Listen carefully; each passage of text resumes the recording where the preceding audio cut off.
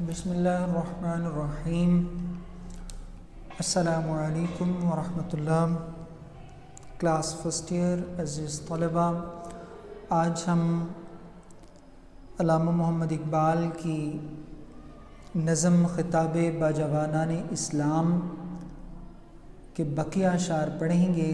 آج ہمارا lecture number 9 ہے، جس میں ہم اس نظم کو مکمل کریں گے اور اس نظم کے آخری 3 اشعار جو ہے ان کی تشریح کریں گے۔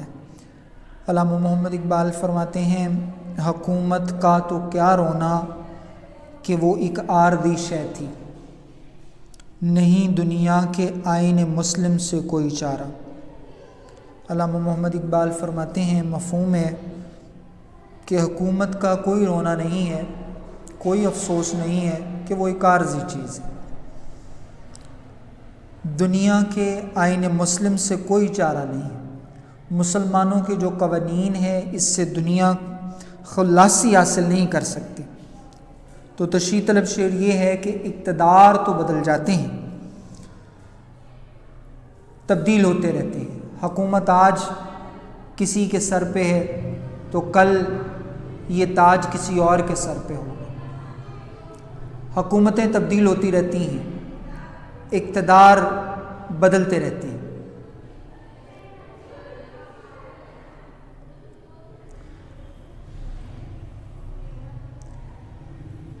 شاعر کہتے ہیں،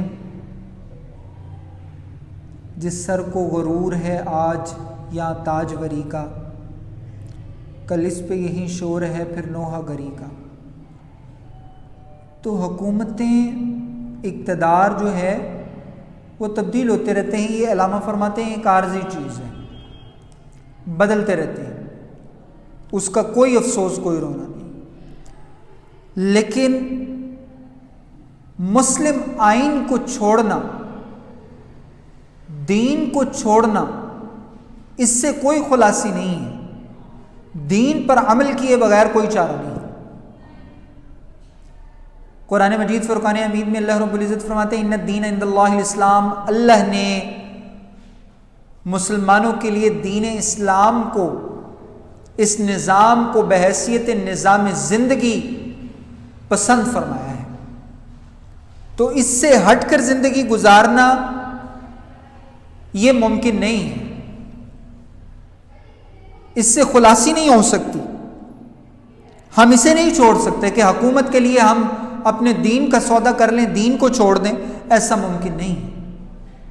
آج کے دور میں حکومتوں کے لیے لوگ اپنے ضمیر کا بھی سودا کر رہے ہیں اور اپنے دین کا بھی سودا کر رہے ہیں، اپنی غیرت کا بھی گلا گھونٹ رہے ہیں۔ شاعر کہتا ہے، ہم نے دیکھا ہے دولت کے حسین شانوں پر، ہم نے دیکھا ہے دولت کے حسین شانوں پر لوگ آرام سے غیرت کو سلا دیتے ہیں، غیرت کا گلا گھونٹ دیتے ہیں لوگ اقتدار کی خاطر، مال و دولت کی خاطر۔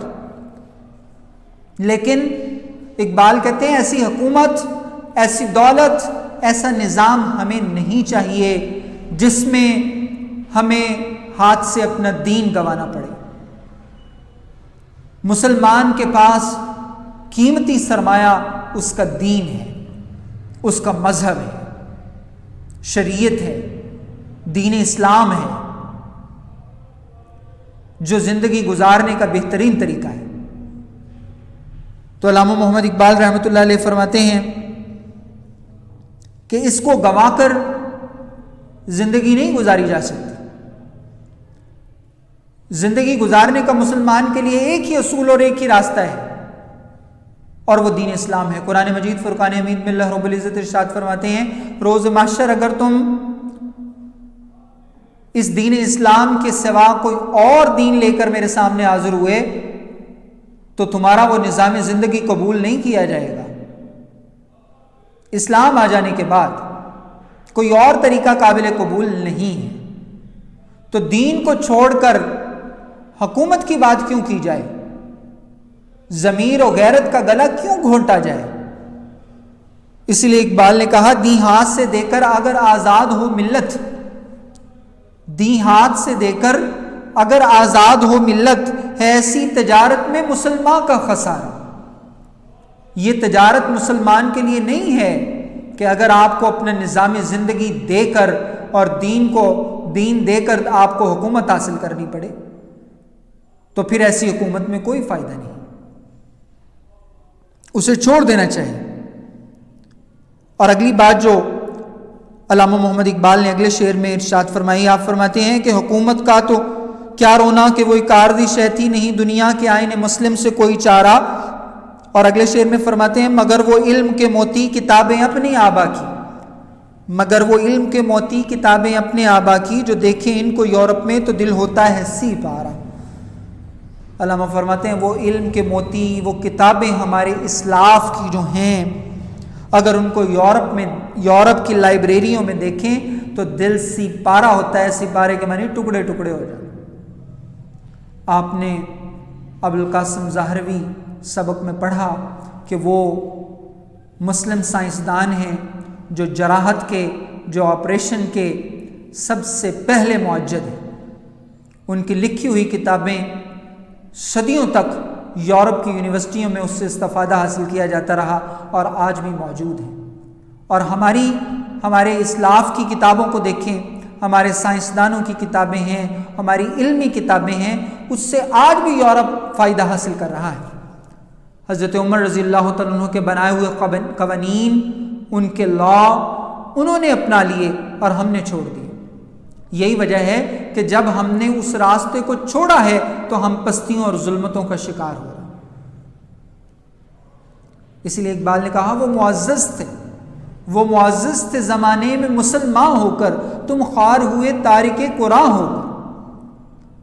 حقیقت میں ہم نے ان باتوں کو جو ہمارے اسلاف والی تھیں ان کو چھوڑ دیا ہے، اس میراث کو ہم نے گنوا دیا ہے. اور ہماری وہ جتنی بھی ہمارے علم کے موتی تھے آج یورپ کی لائبریریوں میں محفوظ پڑے ہیں اور لوگ اس سے استفادہ حاصل کر رہے ہیں. اقبال کہتے ہیں جب میں ان کی یونیورسٹی اور ان کی لائبریریوں میں اپنے علم کے موتی، ہمارے آباء و اجداد کی وہ کتابیں دیکھتا ہوں تو میرا دل جو ہے وہ ٹکڑے ٹکڑے ہو جاتا ہے. ایک جگہ اقبال نے فرمایا تیرے دریا میں طوفان کیوں نہیں ہے، تیرے دریا میں طوفان کیوں نہیں ہے، خودی تیری مسلمان کیوں نہیں ہے. آخر مسلمان اس جانب کیوں نہیں توجہ کرتا، کوشش کیوں نہیں کرتا علم کے حصول کے لیے، اپنے آباء و اجداد کے نقش قدم پر چلنے کے لیے محنت نہیں کرے گا تو وہ کبھی بھی اپنی منزل تک نہیں پہنچ سکتا. شاعر نے کہا جنبش سے ہے زندگی جہاں کی، یہ رسم قدیم ہے یہاں کی. جنبش سے ہے زندگی جہاں کی، یہ رسم قدیم ہے یہاں. تو جب تک آپ کوشش نہیں کریں گے اس وقت تک آپ اپنی منزل کو کیسے حاصل کر سکتے ہیں؟ کیسے وہ پاسبان تھے ہمارے اسلاف، حیا والے، اخلاق والے، آج ہمیں اصل میں اندازہ ہی نہیں کہ ہم اپنی کتنی قیمتی میراث جو ہے وہ گنوا رہے ہیں. اگر دل میں یہ احساس ہو، احساس نام کی چیز مٹ گئی، اگر احساس ہو تو پھر انسان اپنی منزل پر پہنچ سکتا ہے. شاعر کہتا ہے وائے ناکامی متائے کارواں جاتا رہا، کارواں کے دل سے احساس زیاں جاتا رہا. اصل میں وہ احساس ہی باقی نہیں رہا. اگر احساس ہوتا تو شاید کبھی وہ شعلہ بھڑک جاتا. آج علامہ محمد اقبال اسی چنگاری کو سلگانے کی کوشش کر رہے ہیں جو ایک نوجوان مسلم کے دل میں دبی بیٹھی. تو اقبال کہتے ہیں کہ ہر ایک علم کے فن کے جویا ہوئے وہ، ہر ایک کام میں سب سے بالا ہوئے وہ. ہمارے جو اسلاف تھے انہوں نے کتنے کارنامے سر انجام دیے، ہر ایک معاملے میں وہ آگے تھے. فلاحت میں بے مثل و یکتا ہوئے وہ، سیاحت میں مشہور دنیا ہوئے. ہر ایک معاملے میں ان کا علم جو تھا وہ بڑھ کر تھا اور ان کی اس پر دسترس تھی. اسی سے مماثل آخری شعر نظم کا ہے، اس کا مفہوم بھی وہی ہے. اقبال کہتے ہیں غنی روز سیاہ پیر کنا را تماشا کن، کہ نور دیدہ اش روشن کند چشم زلیخا را. یہ شعر غنی کاشمیری کا ہے جو علامہ محمد اقبال نے اپنی اس نظم میں شامل کیا، جس کا معنی و مفہوم یہ ہے: اے غنیم پیر کنعان کی بدنصیبی تو دیکھو کہ ان کی آنکھوں کا نور زلیخا کی آنکھوں کو روشن کر رہا ہے۔ حضرت یوسف علیہ السلام کے واقعے کو اس شعر میں سمیٹا ہے شاعر نے